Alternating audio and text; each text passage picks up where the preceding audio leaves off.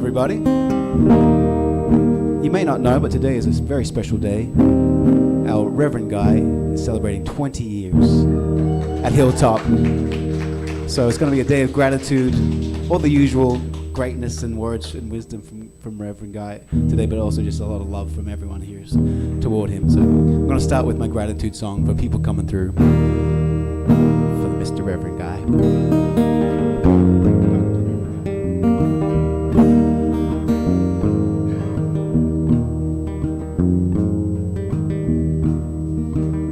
I may be one man and a microphone, but I didn't get here on my own. Mama taught me my first song and brother let me sing along when they didn't have tune.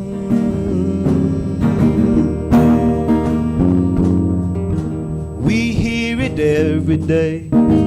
This world has gone astray.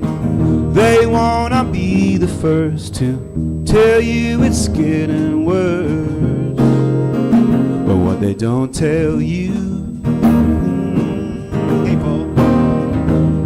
there's people coming through, coming through, coming through. People like you and you and you.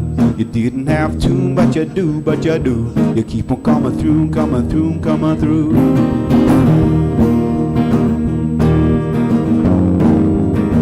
When you feel like you can't cope and you're at the end of the rope, just leave your heart wide open. You start to feel that hope. Oh, come on through.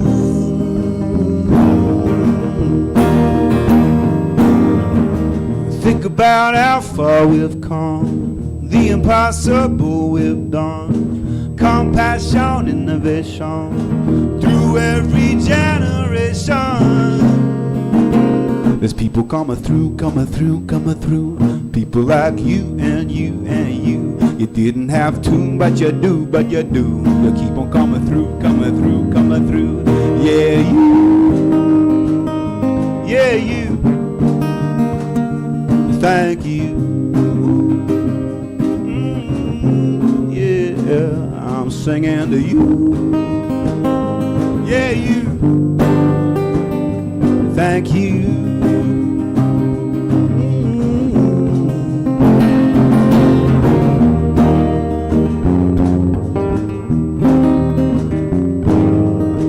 To the teachers and creators, to the givers and caretakers, enterprises, 9-to-5ers, we're all just earth survivors.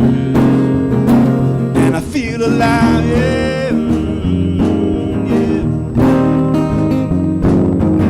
To everyone who helped me along, who listened to my song, who made these strings are strumming, who made this microphone. I know who. It's those people coming through, coming through, coming through. People like you and you and you. You didn't have to, but you do, but you do. You keep on coming through, coming through, coming through. Yeah, you. Yeah, you. Thank you. Yeah, oh, I'm singing to you. Yeah, you. Thank you. The people coming through, people like you, people like a Reverend Guy, people like you. Happy 20 years, Reverend Guy. Welcome, everyone. 20 years, oh my goodness gracious. Good morning, everybody. I'm going to keep talking a little bit here, and eventually my mic will go on. There's a green light on my end. There we go. There we go. Good morning. It's so nice to see you guys here. Welcome to our Sunday celebration, the first one of the year, 2025. And I've been reflecting a lot this week because 20 years ago, almost to the day, was the first time standing at the pulpit here as senior minister. So 20 years here. It's, yeah, I know. It's amazing what you can do if you just simply take the next indicated step. or stay alive, or whatever the case may be. But anyway, I also want to say good morning to Marilyn and Bob. I know that you guys are watching. It's good to have you guys with us in our community. Always, we're so blessed. And Sherry and Howard and their community up there in Oregon. And Howard, I hope you're feeling better. And anyone else that's watching now or will watch later, thank you for being part of it. And it's good to have some of you that I haven't seen in a while here, and some that I see every Sunday. I'm just so grateful for each and every one of you. So before we start with the question of the day, what I just want to acknowledge is that we're moving into a time that may feel somewhat charged, just with everything that's happening in the world and what's going on and blah, blah, blah, blah, blah. So what I want to offer is what the right question is and what the wrong question is. And, or from, in my opinion, at least. So I think maybe what's going to happen is missing the point. Because I think what's more interesting is, what is my assignment, right?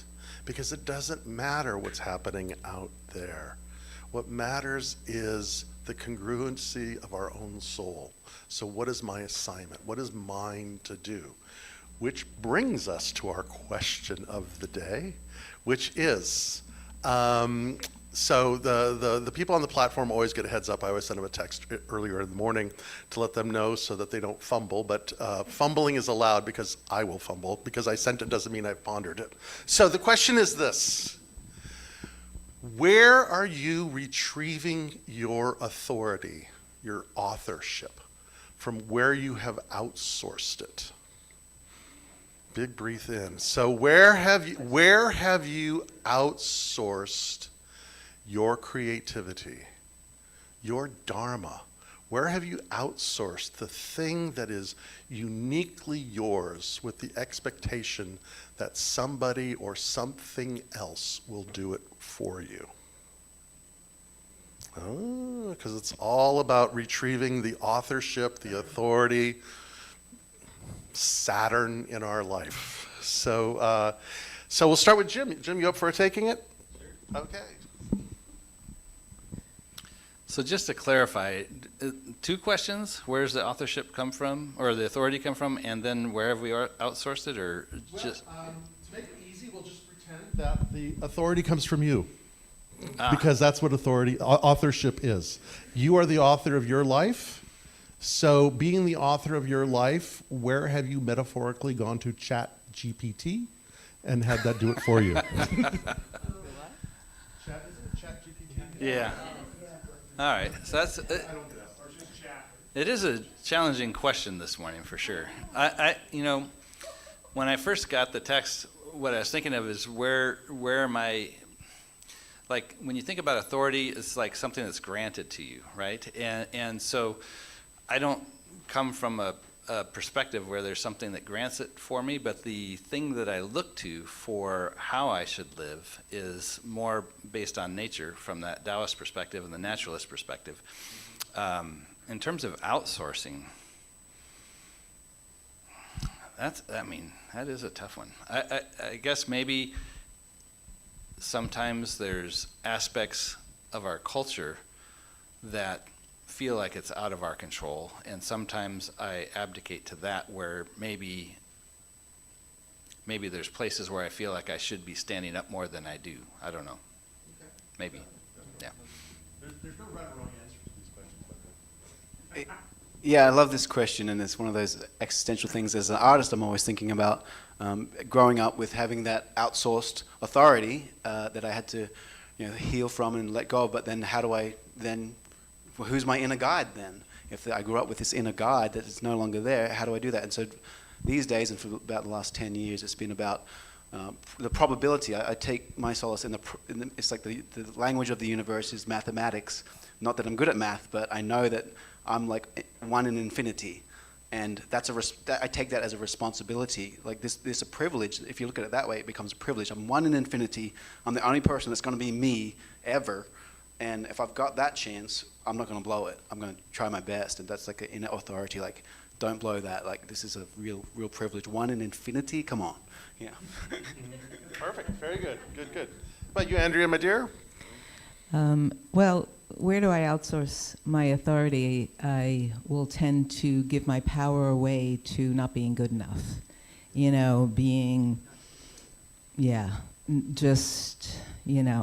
Whatever is that reflection is not always for me to look at, meaning somebody else or something else. So I will lose myself in that mind chatter and that place that I notice that I'm actually doing something that isn't for my best good. And it's usually a lot in my own head.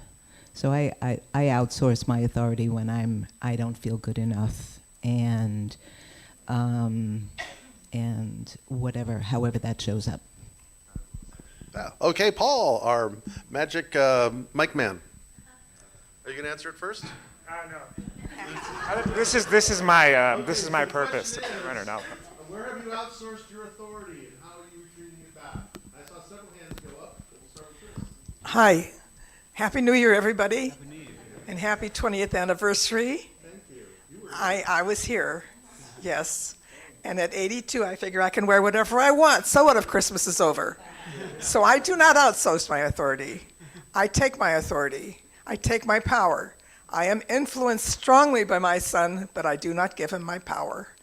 And I often have learned how to listen to the voice of wisdom and God within me, and that is my guidance. That's the only power that I ever give up. Amen. Right. Thank you. Yeah, Happy New Year, everybody. I think I get closer to where Andrea was speaking of.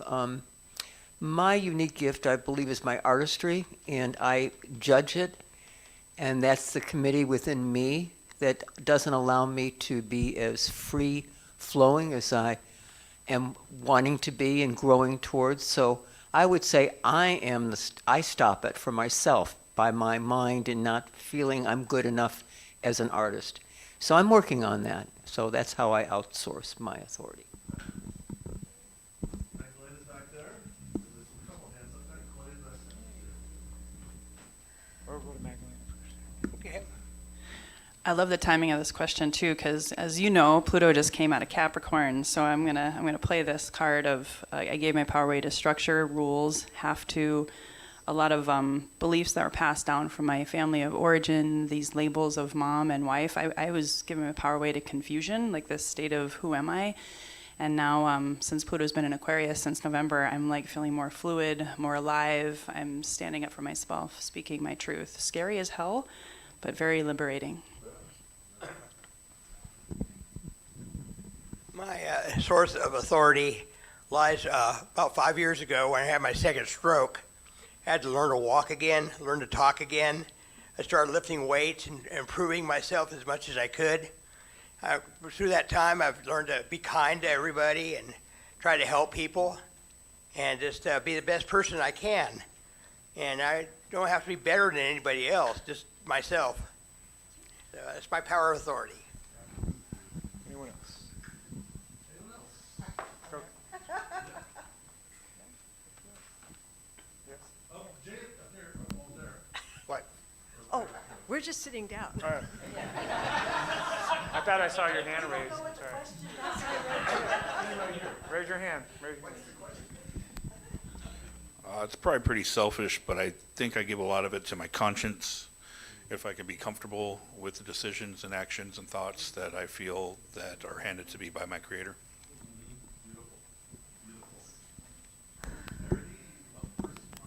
Mine is a very practical one. It comes to, I have been outsourcing my power to doctors, and I have come to the conclusion that, well, I would play mind tricks like if I don't take this, the doctor will not be happy. Whereas it's not up to that. It's all about me. I'm doing it for myself.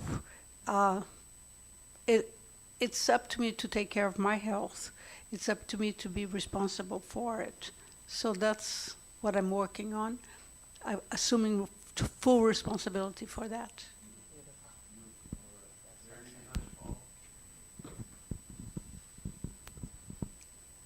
We all outsource to routine. It's comfortable. We do what is expected or timely or necessary. And more I'm trying to break out of the routine. So why not try this, do that, do it different? Maybe it's better. And it has allowed me over the last few weeks to feel more free and have more time to be creative, because I'm not stuck in you're supposed to eat at 6. Who cares? You know, so I'm just trying to break out of what's expected, what the routine was. All right, Roxanne over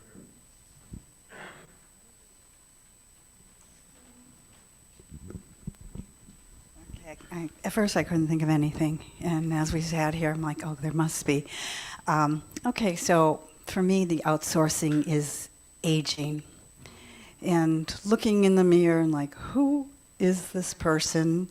And why is my hair getting so thin? And where does ballet come from? And so, getting back to what's most important and my inner guidance, but acknowledging that and finding peace with it.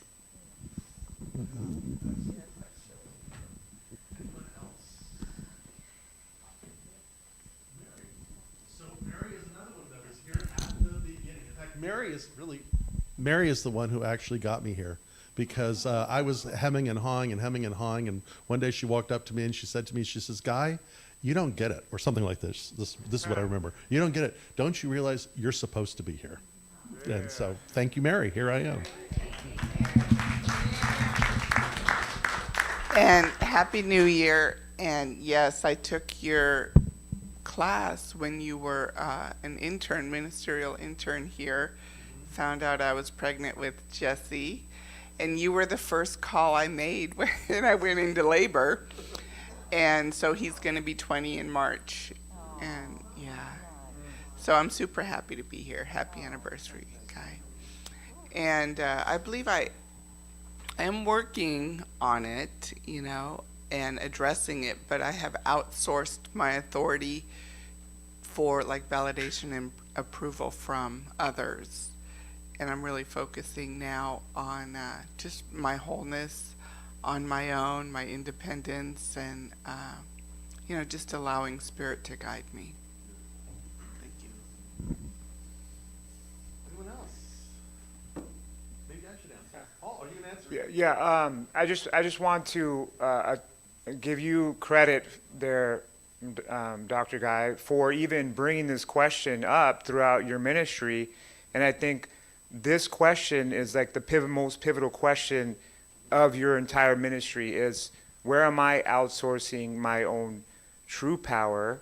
And I thank you for bringing this question up to my life, because I remember when you had first mentioned this years ago, that just kind of took me on a whole different path in my whole life, and I want to thank you for that. And although I don't have a definitive answer to answer that, I have this path or this clarity, this kind of perception towards that every single day. So I thank you for that.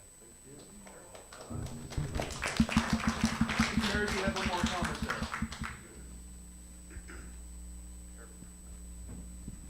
On the aging thing, I work with a lot of older clients, and I had the most interesting comment from one lady that has inspired me, so I want to share. I was at her house and I kept looking up at the loft area, and she goes, "He's snoring again, isn't he?" And I said, "Yeah, I hear snoring." And she goes, "God knew what he was doing, because he's taken away just enough of my hearing that I don't hear that anymore. And he's taken away just enough of my eyesight that when I look in the mirror, I look 22.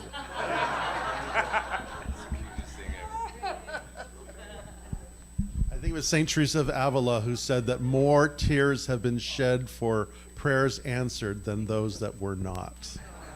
Yeah. I got this one now? Okay. So, what I want to say on this one is this: is something that both William James and Ralph Waldo Emerson, who are both considered the fathers of New Thought, both of them kind of say the same thing, which is Emerson says it so beautifully. He says, in the end, the thing that, and I'm not going to remember it exactly, but it's to the point of the thing that matters most is the integrity of our own mind. And really what William James would say is this, is the only authorship, the only authority we have is our own mind. Because we cannot control anything outside of us, but we can always have the authorship, the authority to how we respond and how we think.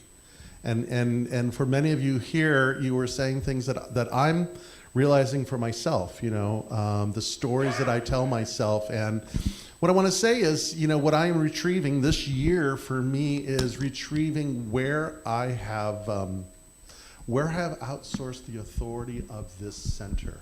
And I don't mean the board and the practitioners all, because they're integral parts of that, and I appreciate them, and I'm grateful for them. And they're, so it's not that, it's the stories that I tell myself about where our community is headed, or where I'm headed in ministry, and all these things. It has to do with aging, it has to do with the collective consciousness, it has to do with all these external things. But at the end of the day, it's the integrity of our own mind. And the other thing that I would say on this is every year Mark Manson, who wrote a fabulous book, and excuse my language, but I'm just giving you the title of the book. The title of the book is The Subtle Art of Not Giving a Fuck. And it's a fabulous book, and he's a great author. But every year he sends out to those people that are on his newsletter a series of prompts for journaling and writing, and the first one was, and it sent me spinning, and I'll be honest with you, I haven't finished it yet, is the question was, where have you given away happiness for comfort? Now, of course, that doesn't apply to anybody in this room. Where have we given away happiness for comfort? Interesting thought. So this is, I see this as kind of a year of retrieval, of renewal, of regeneration, and I'm really excited, and I'm committing myself to you guys. That's kind of where I'm going to be. So I think that's where we're going to go. So with that, Andrea, would you like to start service for us? Yes, and I don't need it. Oh, you don't? Okay. Yeah. So what I do want to say is that you inspire me. I'm a little verklempt about all of this, but you inspire me every day. Truly. I see this man who has a spiritual practice that most people could only imagine. And I hear him talk on the phone to the person who most of us, me, would be like, I want to get over this conversation and let me be where I need to go. And he is so kind. He has these words, I think maybe memorized, but it's always, how are you? How is your day? And I listen to this in amazement that every conversation on every call, so you truly do inspire me every day. So,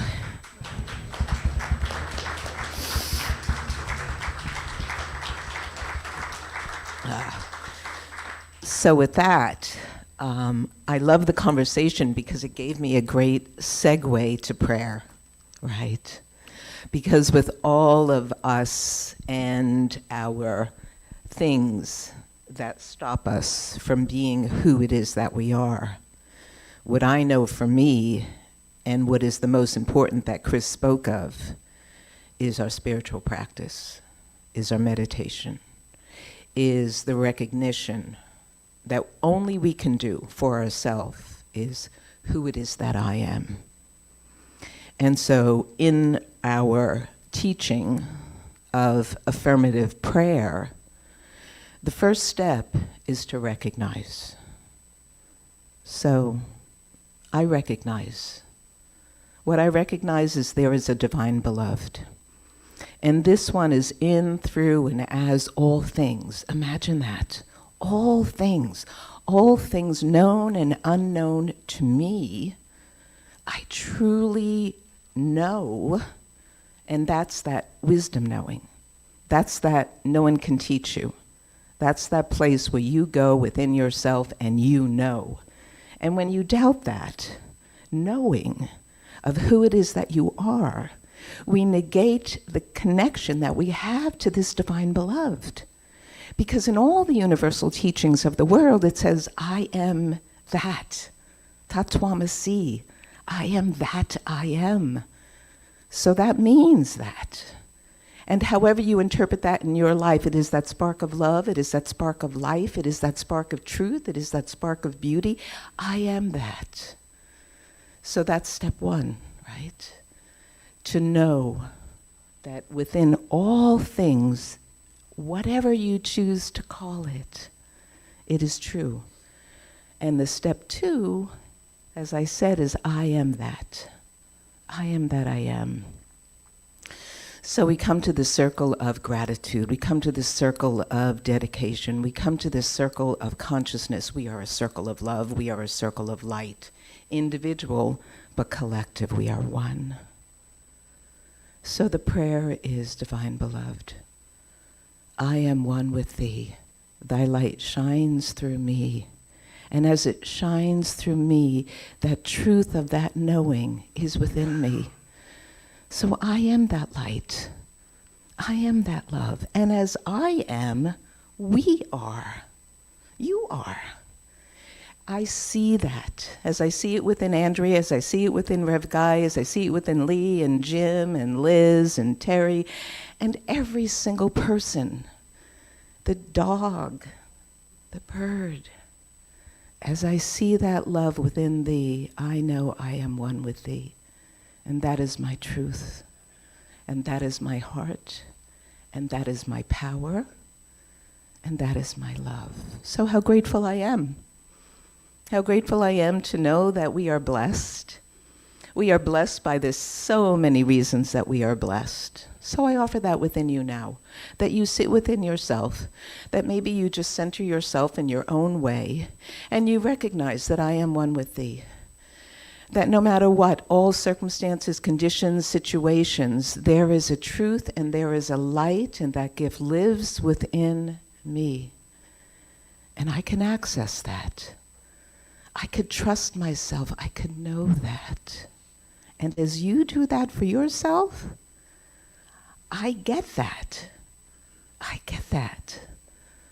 So may we inspire each other each and every day and every moment. May the teachings go forth, and may we shine our light so that the other person receives the gift of who it is that you know and I know that we are. So yes, I am grateful for this sanctuary. I am grateful for Rev Guy. I am grateful for each and every one of you. And blessed that we are here doing our dharma, doing our part by being who it is that I am, you are, and we are together. So in this, I say thank you to the gift of life, to the love, to each other. Father, Mother, God, thank you for all that is. And so be it, and so it is. Another reading for today is from Henry David Thoreau. Go confidently in the direction of your dreams. Live the life you have imagined. As you simplify your life, the laws of the universe will be simpler. And one other from Thomas Merton. This day will never come again. And we can be grateful for all of this. So we'll sit in 3 minutes of silent contemplation.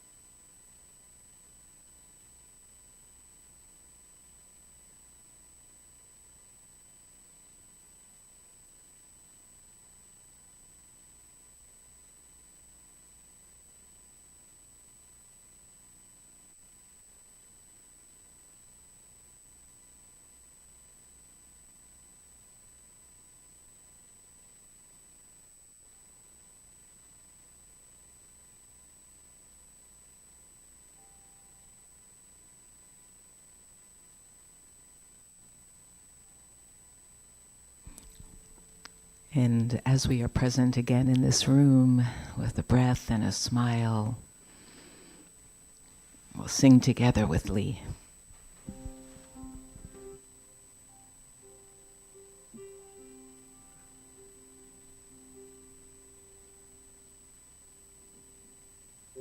Hello. All right. Let's get some oxytocin and the ancient techniques that we used to sing together, and let's keep that tradition going.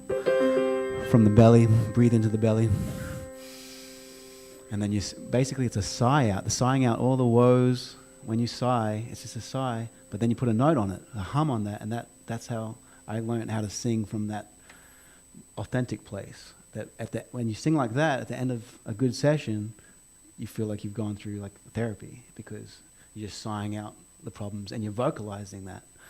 So let's tap into that. I am the light, I am the light, I am the light in this world. I am the light, I am the light, I am the light in this world. And I shine, and I shine, and I shine, and I shine so bright. And I shine, and I shine, and I shine so bright. Look at someone and say, you are the light, you are the light, you are the light, you are the light in this world.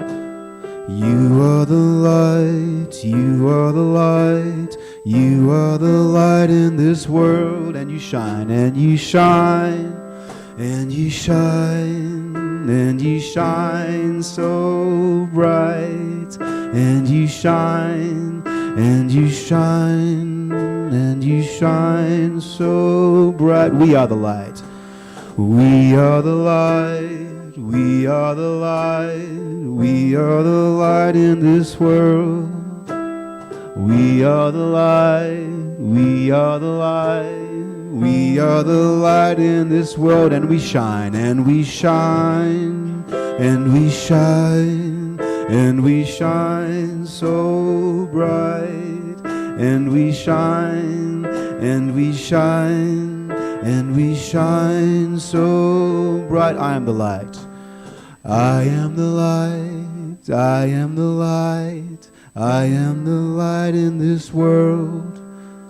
I am the light, I am the light, I am the light in this world. And we shine, and we shine, and we shine, and we shine so bright. And we shine, and we shine, and we shine so bright. We are the light, we are the light, we are the light, we are the light in this world. One more time. We are the light, we are the light, we are the light in this world. Beautiful.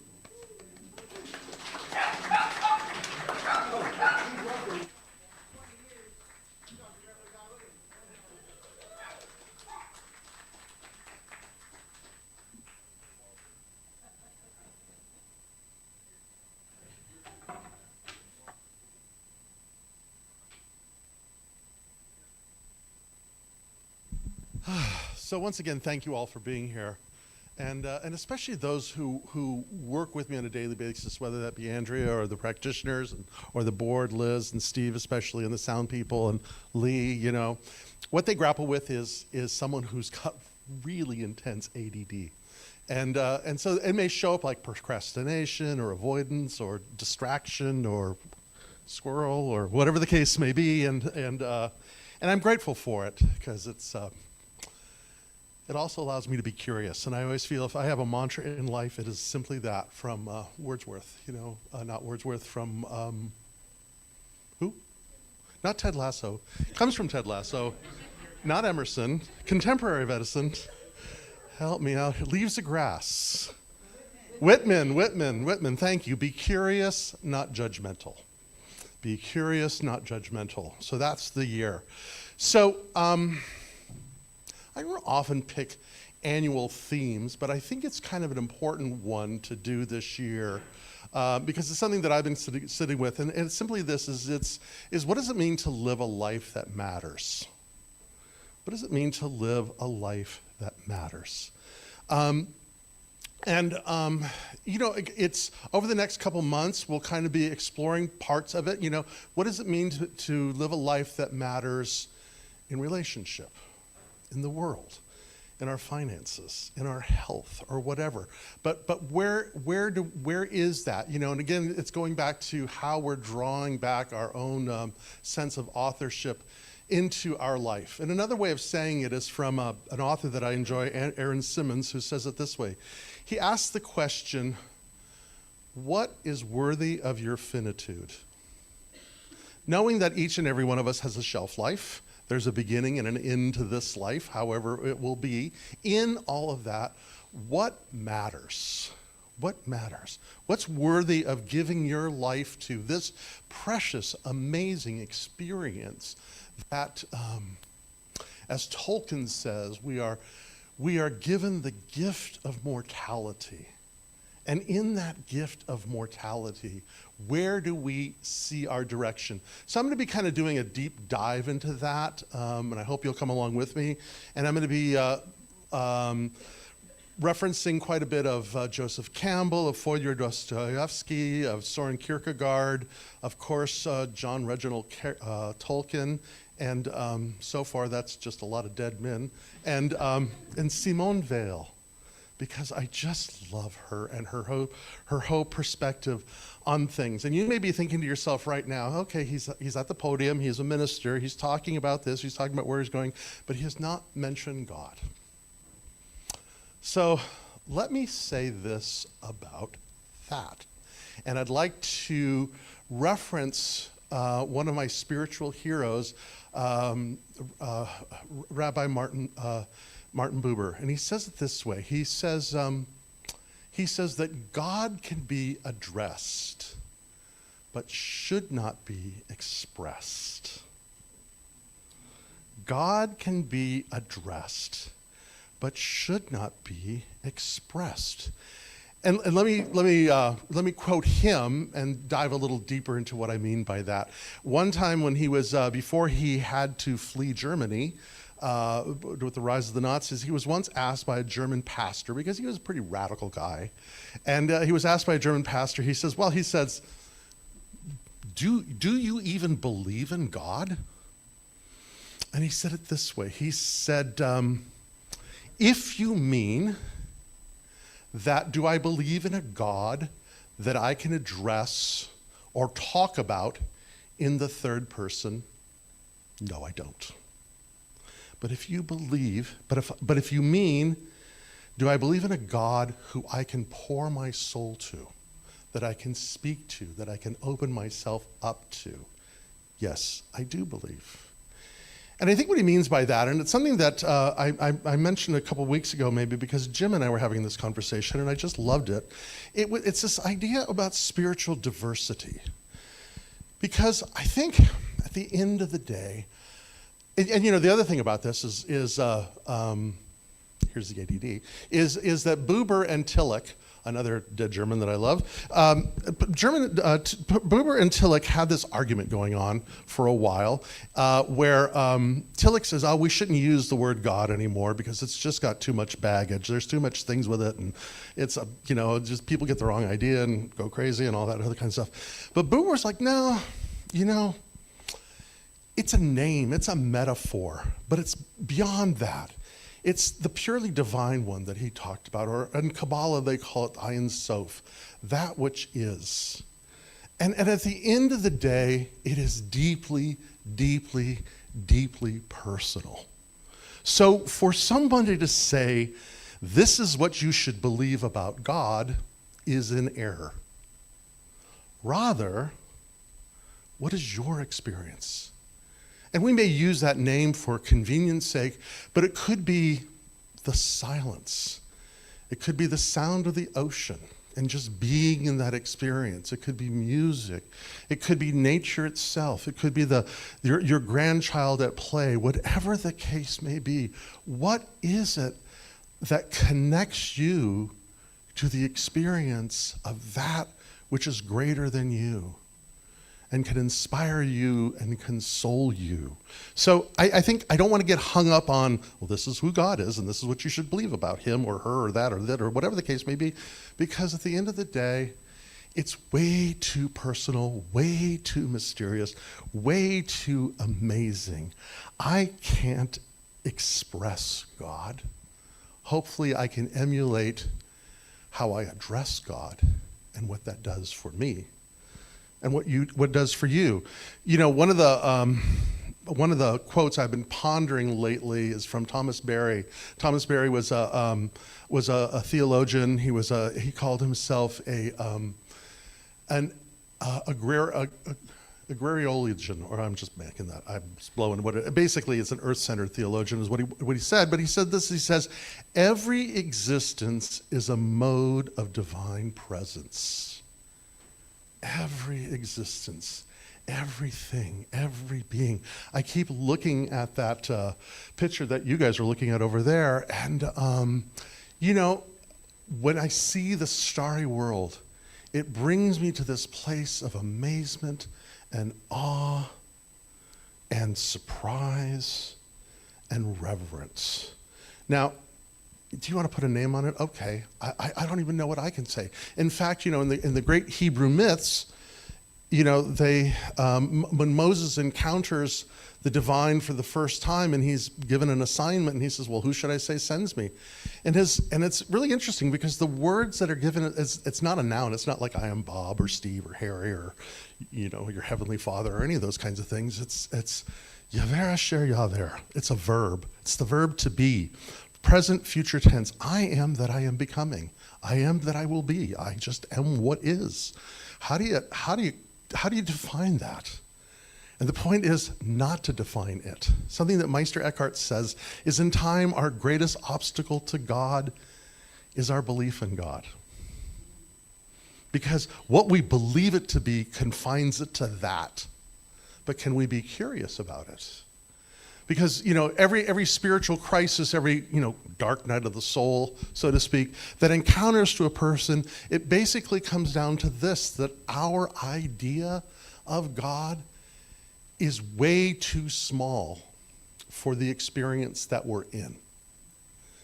And so, you know, define it, call it what you want. It's this relational presence that is. I know what it is for me. I know when I encounter the divine, what that looks, what that feels, what that experience is, and you do too.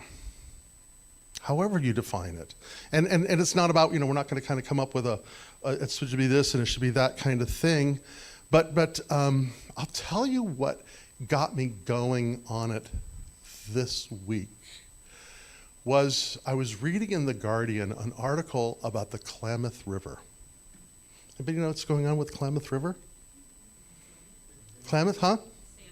The salmon are coming back. But the reason the salmon are coming back is because they've taken the dams down. 4 dams. First one built in 1918.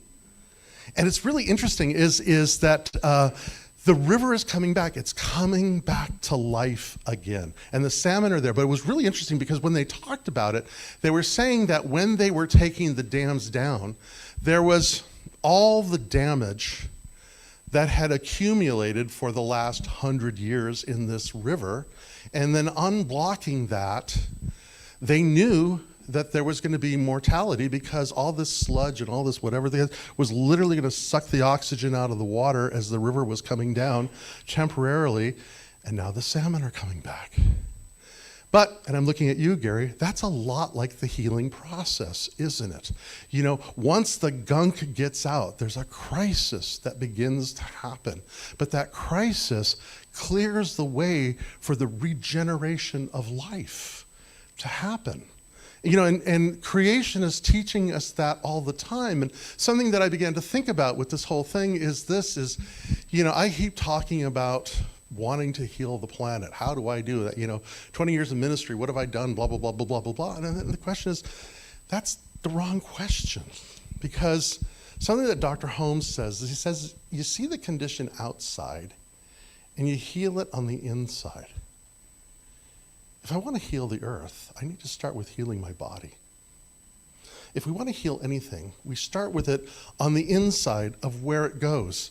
Randy Woodley, who is a Cherokee and a theologian, says this. He says, creation is continually teaching us. Our human task is simply to look and listen and live well. She is teaching us now.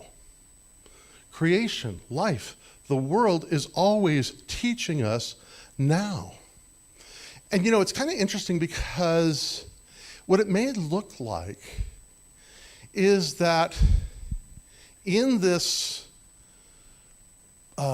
late stage empire that we're living in, and looking at where things are, we may be finding that we're not getting the answers to the questions that are deep within our soul. And so as we turn to nature, maybe we're turning to creation. Maybe what it means is we're also looking towards those indigenous people that had a different relationship with creation and what we can learn from them. There is a Shoshone elder who once said this. He said, "Do not begrudge the white man for coming here. Though he doesn't know it yet, he has come to learn from us." He has come to learn from us, this land, this place. And I don't think it's just incumbent upon the indigenous people here, or the indigenous people of Australia, or the indigenous people of New Zealand, or the indigenous people of Hawaii, wherever the case may be. Because here's the deal. Each and every one of us are descendants of indigenous people. Because somewhere in our ancestry, our ancestors, our great-grandparents or great-great-grandparents, or whoever the case may be, were indigenous to where they were. They had a relationship to the earth. And it is passed through us if we would open ourselves to that experience. Because we're all indigenous. Now, you know, I'm half Italian, and what I know about Italy is at some point in history, everybody marched through Italy. So I don't even know what it means to be an Italian. You know, it could be Arab, it could be African, it could be German, it could be, you know, whoever. It doesn't matter. But somewhere in each of us, there are ancient voices of our ancestors who were connected to the earth and had a relationship to creation that was profound and powerful. And the opportunity for us is to tap into this. A prayer that I have been saying recently is this. You mothers and fathers still alive in my blood, give me strength to be your loyal son.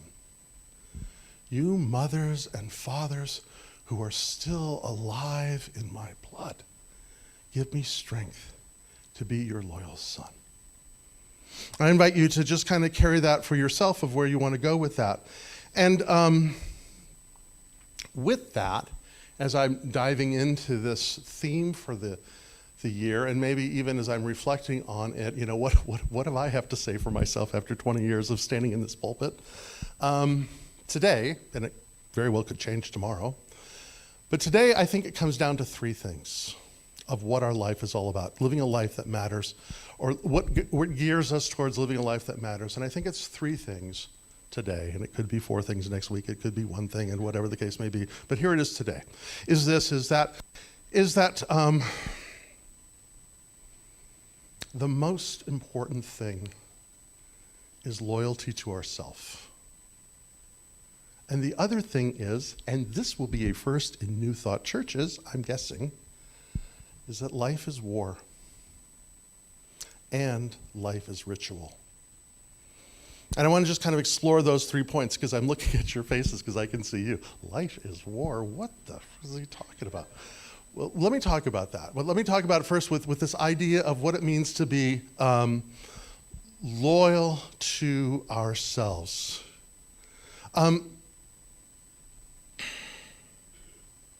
I got ahead of myself here. Yeah, so I think I've actually talked about loyalty to ourselves because it's this idea of connecting to how we are at our deepest levels connected to our ancestors. And that there is a voice in creation since the very beginning of all things that is still speaking to us. Something that Brian Swims says is this. He says, all the energy that would ever exist in the entire course of time erupted in a single quantum.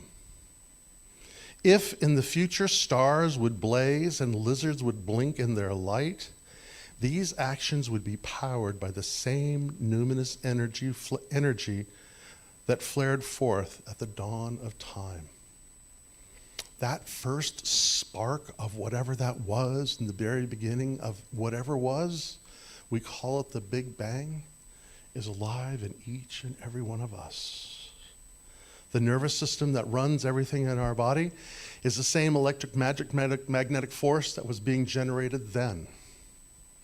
Through the eons and billions of years of where it took this plasma, this soup, to become whatever it could become in physical form, reveals itself in our bodies. You know, in other schools and other traditions, they talk about these other energy forces, but all of it was there. So somehow or another, it means every tree, every roach, every rat, every person, every star is my cousin and yours as well. And that we are all and all things are interconnected to each and every one of those, and that each and every one of us is a unique expression of this. Ernest Holmes would say, I am a center of divine consciousness within the vast whole. That's me, that's you. And we've all been invited to participate in this experience of creation to the level that we can and are called to do. And that's why we ask the question, what is worthy of my finitude? What is mine to do? What is my dharma? What is unique and special about me that also is integral and a gift to the rest of creation? And then we get into this idea that life is war. Isn't it interesting, I think, that so many spiritual traditions take place on battlefields? Whether it be the Bhagavad Gita and this great mystical teaching is taking place on the battlefield of Kurukshetra. Before this great battle, Arjuna and Krishna had this amazing conversation. In the Holy Quran, it speaks of the two jihads, the outward jihad, which we focus on way too much, but really what the Prophet, blessed be him, was talking about was the inner jihad, this inner sense that what we work with. And we see this in the Christian story as well. The Jesus story is what? It's about love. It's about compassion versus empire. So there's this tension, and what I would offer is this, is if we are not experiencing to some degree or another this tension, this strife, we're not really alive. I will offer it boils down to this. And again, here's New Thought Heresy. Most of what is going on in our life is our avoidance to discomfort. But what I want to offer for your consideration is that discomfort is the prophet of opportunity. We would never have evolved out of the trees if there wasn't reason to do so. Evolution is a response to discomfort, to tension, to mortality, for that reason. But in our own life, and again, asking the question, where have we given away happiness for the sake of comfort? When we're doing that, we're not fully engaged. We're not fully alive in it. And so part of what it means is it's not, seeking out misery or, flagellating ourselves or any of that kind of stuff at all, but being aware of when we are running away or hiding or narcotizing ourselves or sleeping or avoid or whatever it does because of discomfort, because we don't want it. And our teaching's all about this, right? Grace and ease, grace and ease, grace and ease.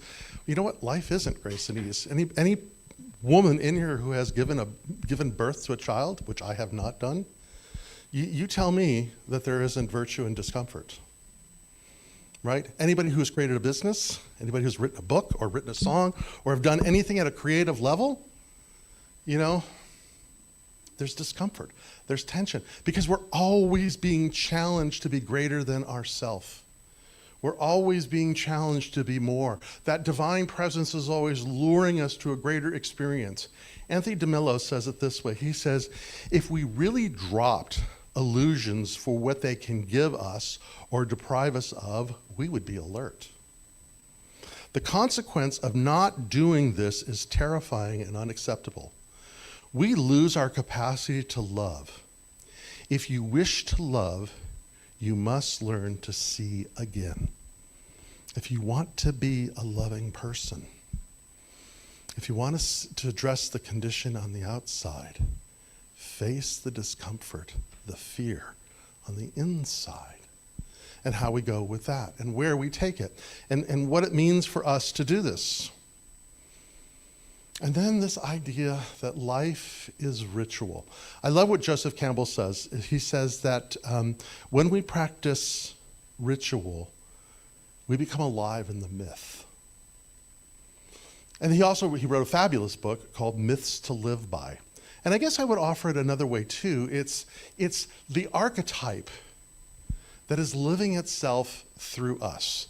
And what I mean by archetype is, an archetype is a vessel through which energy flows. It's like a riverbed is an archetype that determines the flow of the river.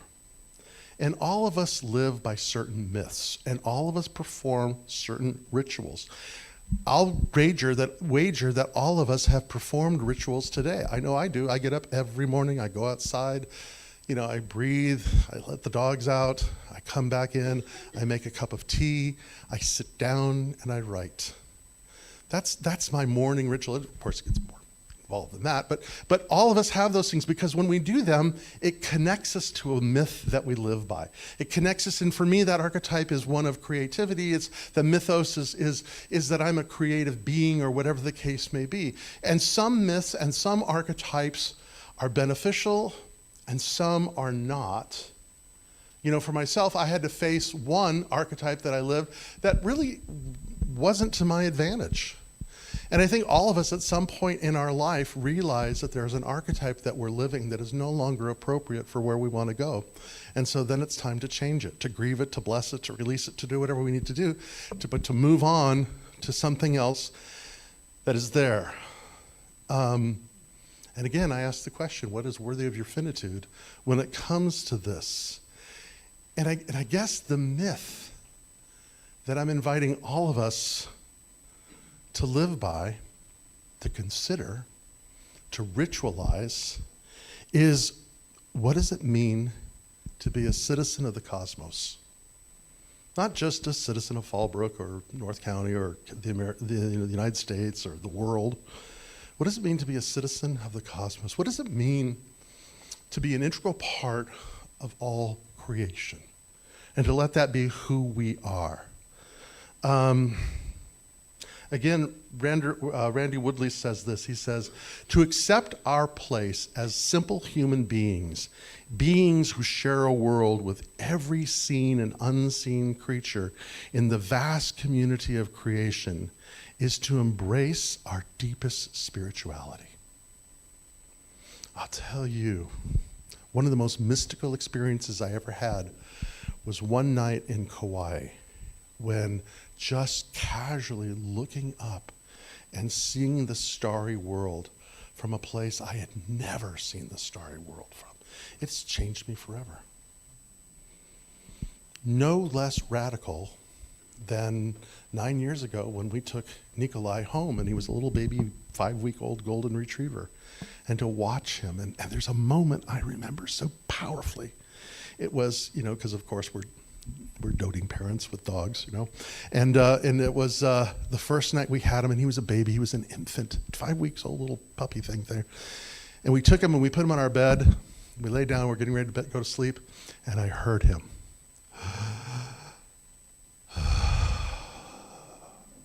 He just let go. He just relaxed into his home. And that moment stays with me. It is deeply mystical and spiritual. And you've all had them, I'm sure. And so what does it mean to be a citizen of the cosmos? It's to see our part in it, in every direction that we have. So again, at the very beginning of things, I said this, we are moving into some very interesting times this year, no doubt. Astrologers have their opinions, political pundits have their opinions, Uncle Lou has his opinion, and everybody else has their opinion. And it's so easy for us to get distracted on what's going to happen. And it's not the point. The point is, what is my assignment? What is my dharma? What is uniquely mine to give and to do? And it's a pretty easy answer. To be a citizen of the cosmos. And what does that mean? It means to express that which is expressing itself in all creation. And what is that? It's the power and it's the presence of love. And how we get there, what conversation we have with it, is deeply, deeply, deeply personal. So I will again refer you to Martin Buber, Do I believe in God? Do you believe in God? If you mean something that I can talk about in the third person, I don't know anymore. But if it means something that I can open myself to and be totally vulnerable and let my soul be open to heal and nurture, to be seen, to be heard, to be known, yeah, that's it. That's it. So thank you for 20 years. Happy New Year. Let us forge ahead and play with the question of what it means to live a life that matters. Thank you.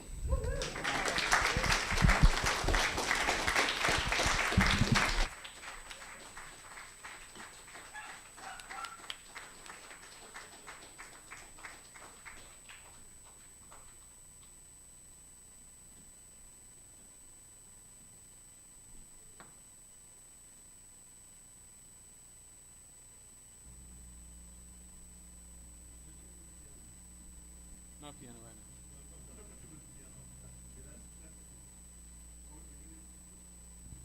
now. Not right now, no. No, I'm all good. That's perfect. Thanks, Rev Guy. That was 2025 looks good on you. That was brilliant.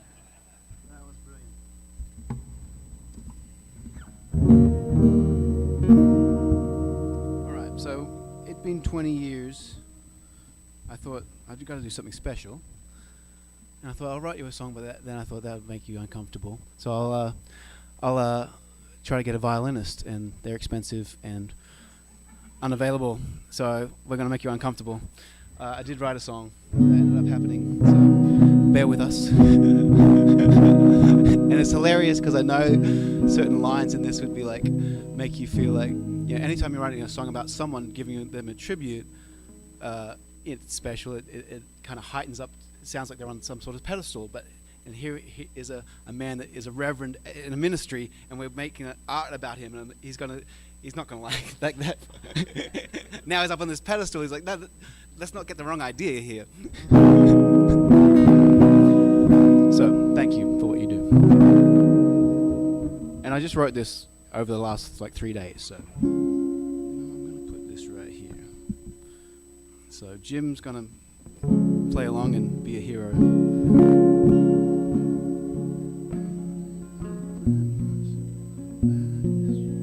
Okay, here we go. Some days I'll plant myself by this tree, looking for some thoughts that might shelter me. These roots run deep, seen some history, but it keeps on growing to that mystery.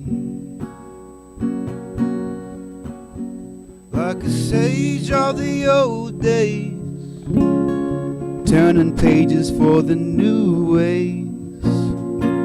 Like a shade from the hot sky. Yeah, that's our guy. Yeah, that's our guy. That's our guy. Hey, that's our guy. It's a dangerous business going out your door. Many paths to tread, what you searching for? Oh, what to do with the time we've been given? A gentle heart knows a passing thing worth living. Like a sage of the old days, turning pages for the new ways. Like a trek into the storm's eye. Yeah, that's our guy. Say that's our guy. That's our guy. Yeah, that's our guy. Here, bring it down here. You remind me when my heart may harden. In giving we receive, in pardoning we're pardoned. We walk in beauty to expand the scope. The future belongs to those who give hope. Like a sage of the old days, turning pages for the new ways. Like water when the well's dry. Say that's our guy. That's our guy. Sing it with me. Yeah, that's our guy. Say that's our guy. Yeah, that's our guy. Say that's our guy. That's our guy. Oh, that's our guy. Some days I'll plant myself by this tree, looking for some thoughts that might shelter me.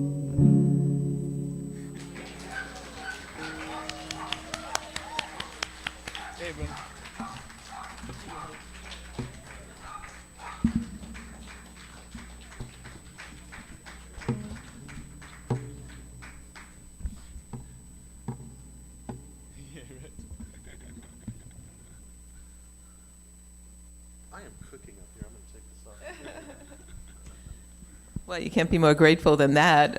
That was great. I love that line. That's so good. Oh, wow. So as we continue with our service, of course, and right here and now is our time for our conscious giving, and how grateful we are. You have made last year abundant, so much so, and every little bit so makes a difference, and the big bits, oh wow. So I just want to say thank you so much for all you have done for us in 2024 and how you have put us in a place of moving forward in this year, and just for your light, for the love, for what you do just showing up here, and truly for your gifts that you give us. So I'm very grateful. We are very grateful. Hilltop is very grateful. All of us are. So as you hold your gift today, gratitude from our hearts to yours, and from your heart to ours, because that is this gift of love that you give us by your presence and by helping us do all these things that we do. So thank you for your gifts.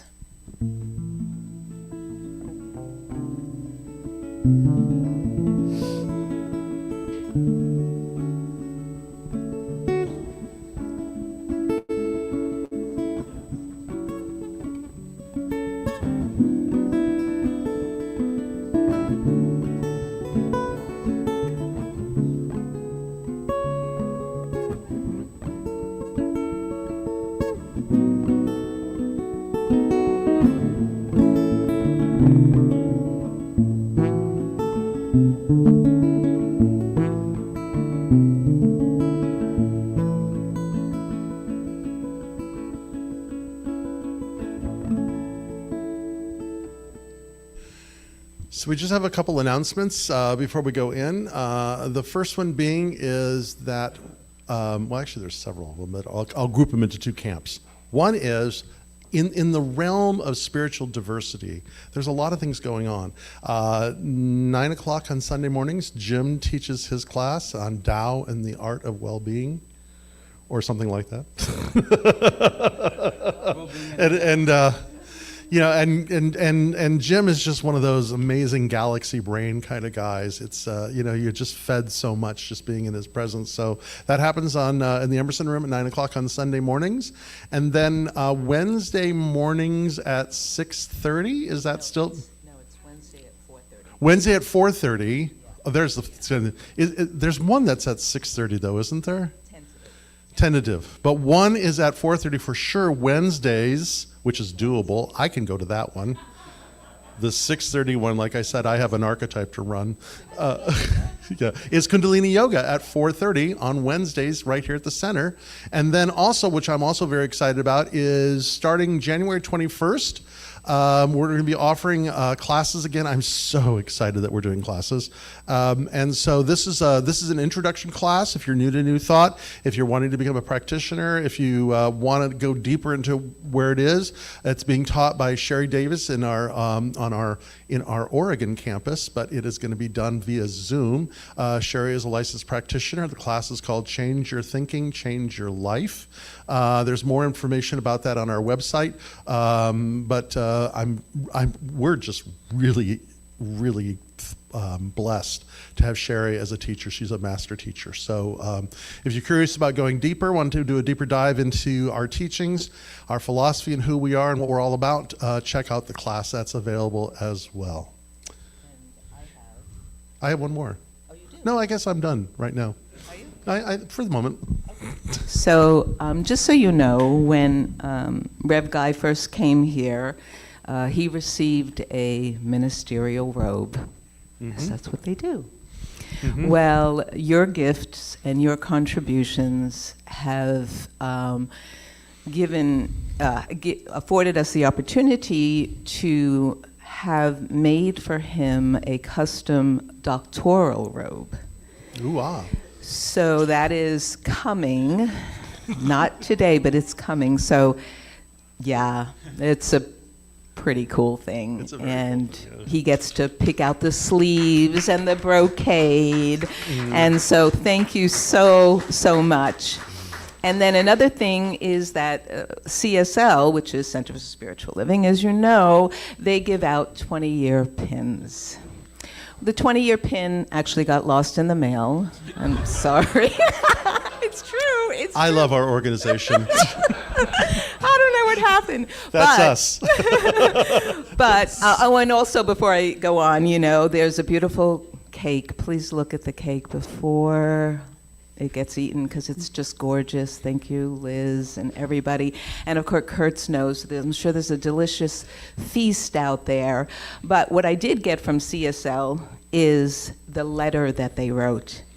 And it is truly inspiring. So Liz and Paul and Terry are here to share with you, and Terry's going to hang out right there, or whatever you like to do. Yes. So we're going to share with you the letter that they wrote to him. And I will begin. So it's titled 20 Years of Service. Beloved Hilltop community, on behalf of Centers for Spiritual Living, I am delighted to extend heartfelt congratulations on this extraordinary occasion, the 20th anniversary of Rev. Dr. Guy Williams' ministry with Hilltop Spiritual Center. This celebration marks 2 decades of profound leadership, visionary guidance, and unwavering commitment to your spiritual community. Hilltop Spiritual Center has been blessed with a true gem in Reverend Dr. Guy Williams. For 20 years, he has served with an open heart, a deep passion for the teachings of science of mind, and an unwavering dedication to spiritual growth and transformation. His leadership has been a steady beacon, illuminating the path for your community to thrive, heal, and expand in consciousness. Reverend Guy, your ministry has not only shaped Hilltop, but also touched countless lives. You have shown immense care, wisdom, and authenticity in the sacred work of guiding others towards spiritual awakening. Your ability to create a space for deep connection and collective vision has been a gift that continues to inspire and uplift. Beloved community of Hilltop Spiritual Center, this milestone is an opportunity to reflect on the treasure you have in your senior minister. Celebrate him with the same love, kindness, and encouragement that he has poured into this sacred calling. Support him in his journey as he continues to grow and thrive in this ministry. As Rev. Dr. Guy himself knows, the path of ministry requires courage, vulnerability, and a deep reservoir of inner strength. My wish for you, Rev. Dr. Guy, is that you always nurture the relationships and spaces that feed your soul, your family, your close friends, and the moments of quiet reflection that renew your spirit. These are the sources that sustain your calling and keep your light shining brightly. Ministry is both a profound responsibility and a sacred privilege, calling for resilience, mindfulness, and a good sense of humor. Yes. It is a testament to your dedication and heart that you have embodied these qualities for 20 remarkable years. As Parker J. Palmer reminds us, leadership is a concept we often resist. It seems immodest, even self-aggrandizing, to think of ourselves as leaders. But if it is true that we are made for community, then leadership is everyone's vocation, and it requires only that we lead with integrity and a deep sense of purpose. Reverend Dr. Guy, your leadership exemplifies this kind of integrity and purpose. You have called forth the best in those around you, and through your work, you continue to inspire a greater realization of the sacred in all life.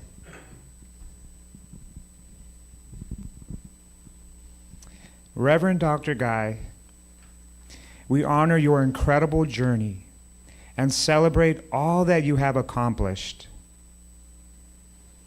May this milestone be a time of joy, gratitude, and renewal as you look back on 2 decades of meaningful ministry and forward to all that is yet to come.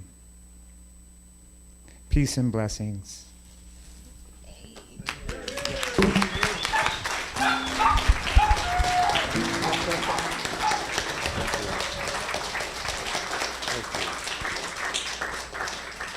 So like Gary Larson says, with all this, I feel like I should be dead.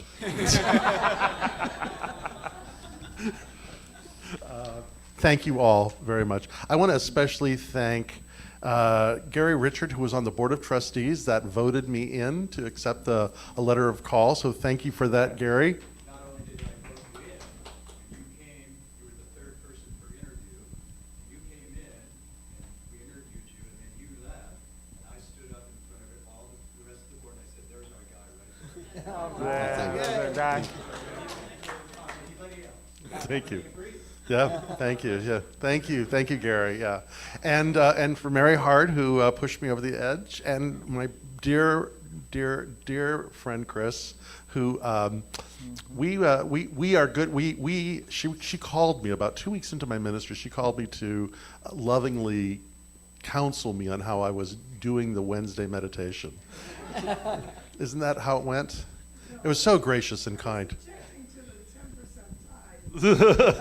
Oh, whatever it was. But what I said was, I says, Chris, this is what I know is you and I are going to become great friends. And it's true, and we were. And something you don't know is that everybody thought you wouldn't last 1 year.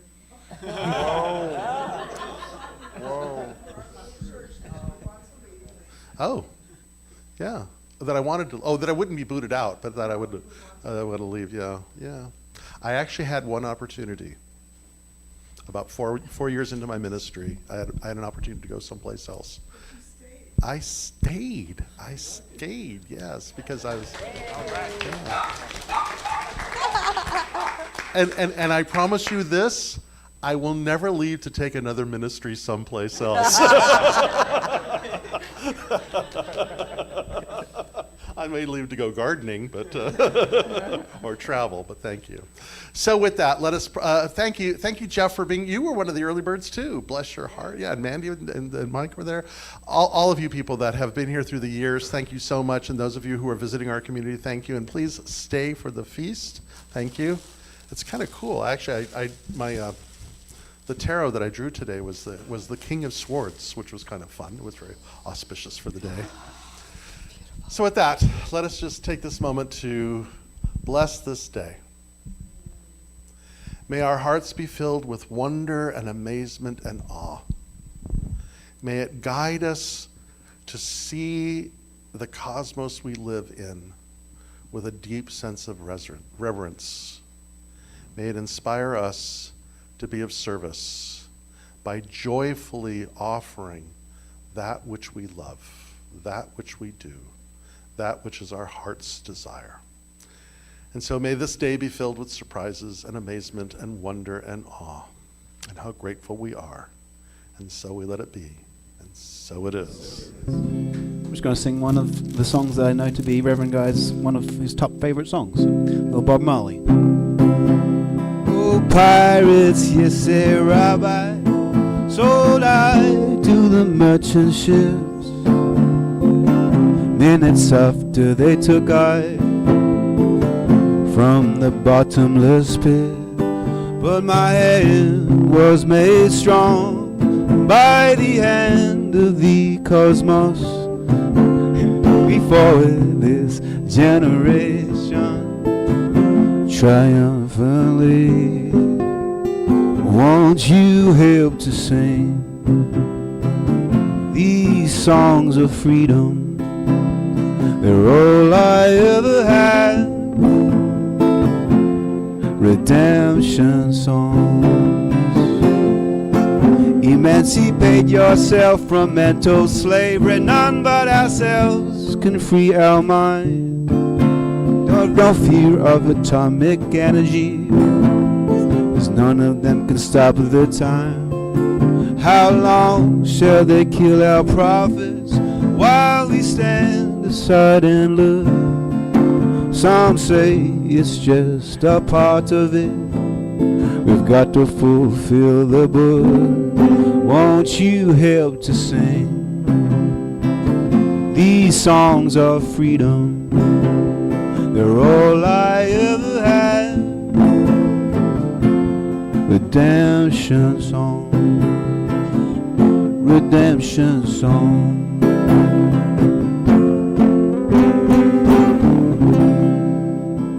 Happy Sunday, everybody. Love you, Reverend Guy.